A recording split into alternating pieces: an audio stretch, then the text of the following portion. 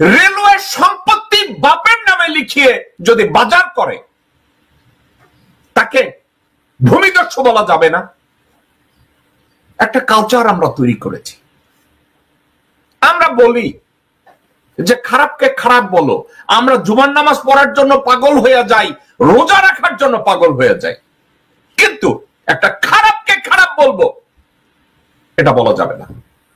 এটা যদি কেউ বলতে যায় তাহলে সে খারাপ, সে ভালো না, সে খারাপ বংশের, তার মুখ ভালো না, তার চরিত্র ভালো না। এটা আমাদের রাজনীতি।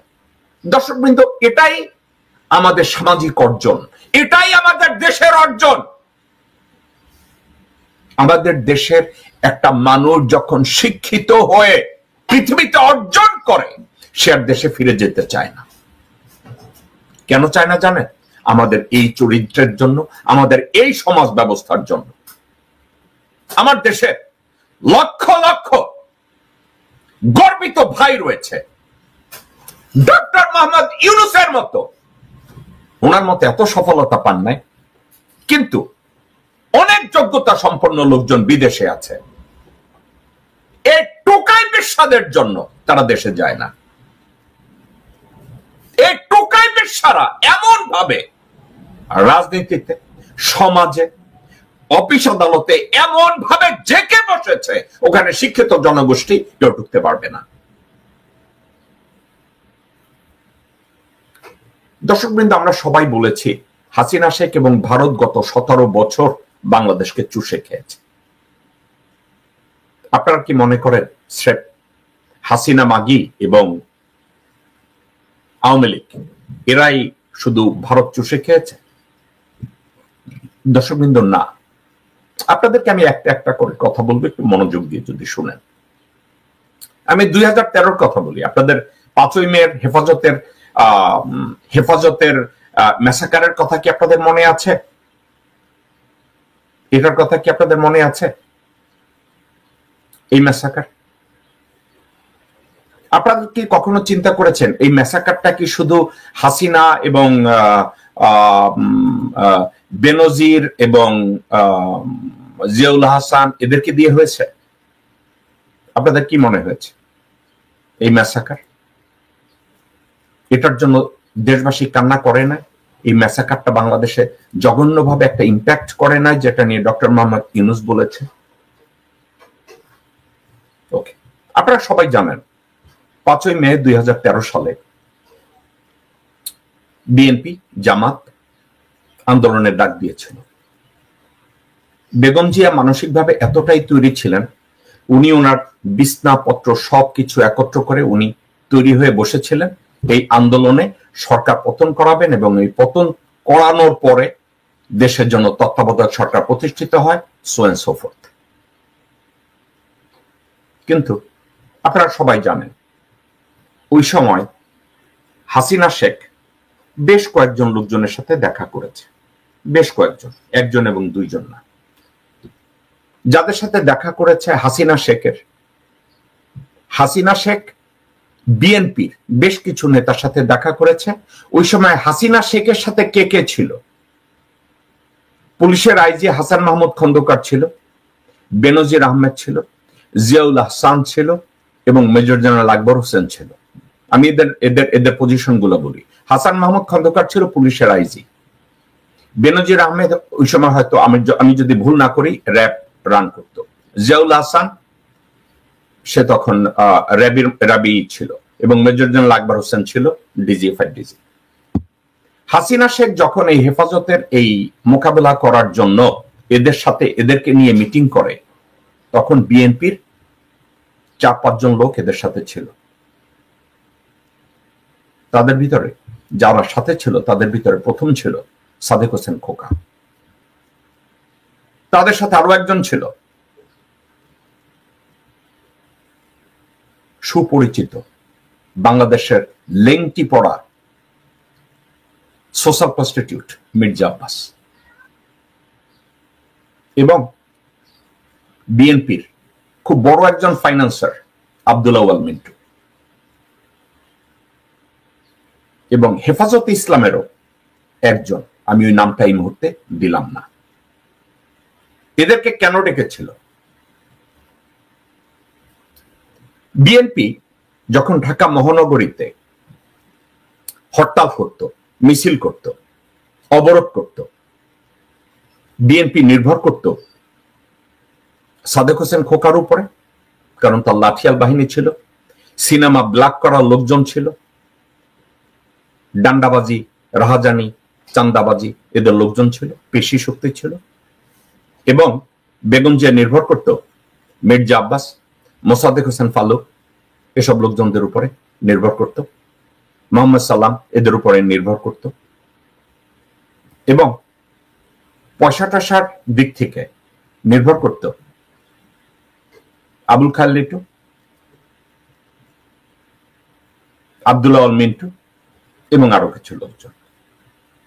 হাসিনার টার্গেট ছিল ওই মুহূর্তে, হাসিনা জানতো যদি হেফাজতের ওই ডাকের ওই আন্দোলন ওই মুহূর্তে যদি সফল হয়, গভর্নমেন্ট ফল করে 2013-তে, 2014 নির্বাচন আর হয় না। সাদেক হোসেন খোকা এবং মির্জা আব্বাসকে দায়িত্ব দেওয়া হয় বেগম জিয়াকে ওখান থেকে সরিয়ে নিতে, এবং বিএনপিকে যে কোনো উপায়ে, বিএনপির যত লোকজন আছে ওই সময়ের আন্দোলন ওটাকে নিয়ন্ত্রণ করার জন্য সরাসরি টেবিলে বসে হাসিনা শেখ বলেছিল আব্বাস এবং সাদেক হোসেন খোকাকে যে কোনো মূল্যে বেগম জিয়াকে ওখান থেকে সরাতে হবে। সরিয়ে দিয়েছে, যথাযোগ্য দায়িত্ব পালন করেছে, এবং এদেরই প্ররোচনায় এই ম্যাসাকার হয়েছে। এখন আমরা একটা কথা বলতে পারি, এর পিছনে অফকোর্স হাসিনা শেখ দায়ী, অফকোর্স বেনজিরের হাত রক্তাক্ত, অফকোর্স এই যে পুলিশের আইজি মেজর জেনারেল আকবর এদের সবার হাত রক্তাক্ত। কিন্তু এদের সাথে যারা ছিল, ওই আন্দোলনকে যারা ব্যর্থ করেছে, বেগম জিয়াকে যারা মিসগাইড করেছে, তাদের ভিতর মির্জা আব্বাস একজন।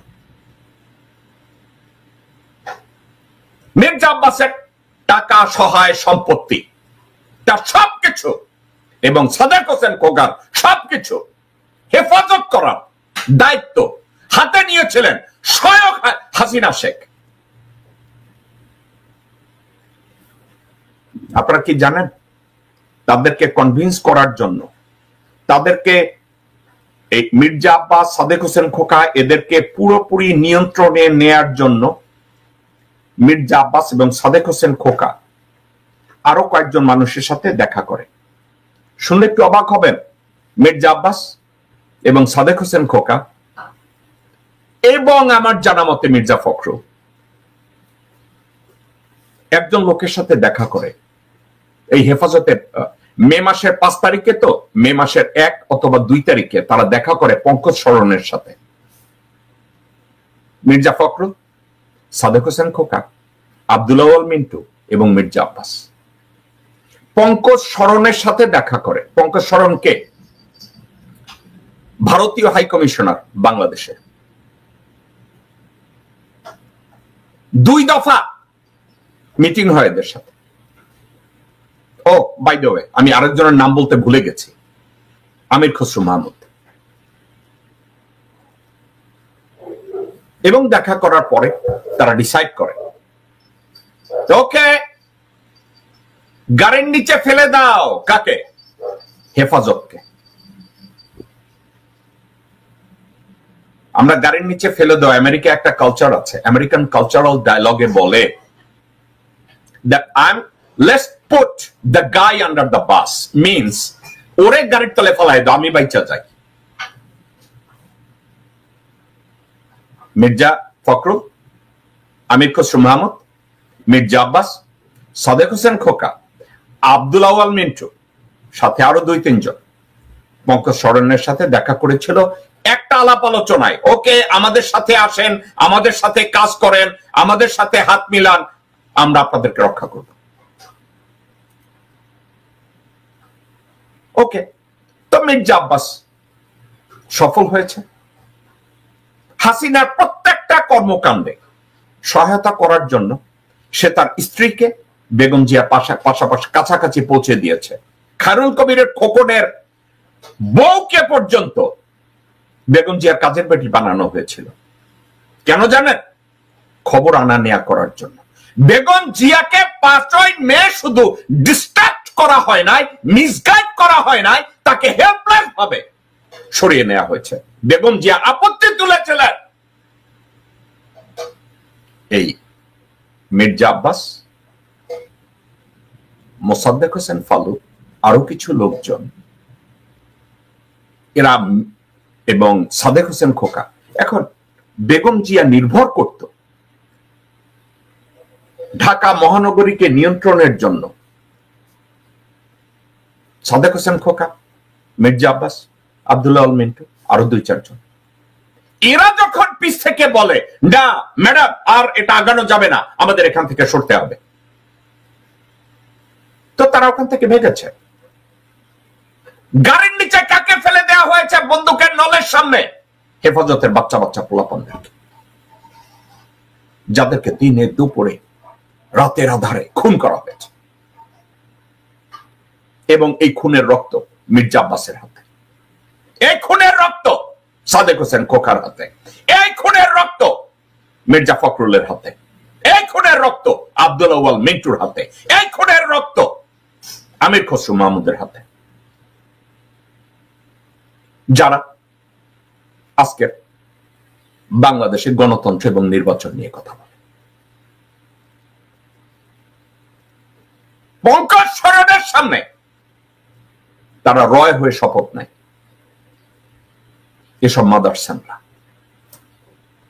আপনারা যাদেরকে বিএনপির বড় নেতা, প্রেসিডিয়াম সদস্য, সেক্রেটারি জেনারেল আপনারা মনে করেন,